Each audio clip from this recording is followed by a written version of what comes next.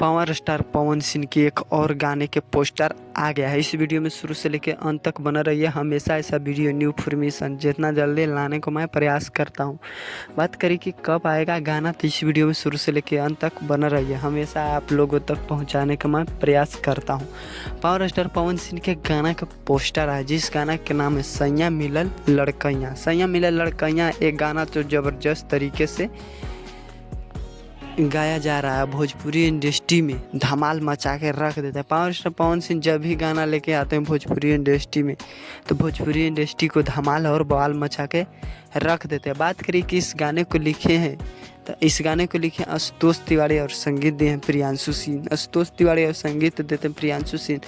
तो भोजपुरी इंडस्ट्री में बवाल और धमाल मचा के रख देते हैं। बात करें कि गाने को, तो गाना देसी टाइप पर बनाया जा रहा है। अगर बात करें कि गाना कब आएगा, कल या परसों आ जाएगा, उषा फिल्म से आ जाएगा। और बात करें कि कब आएगा, तो रिलीज टाइम डेट नहीं दिया गया है कि इतना तारीख को आएगा। तो मेरी अनुमान से कल या परसों आ जा सकता है।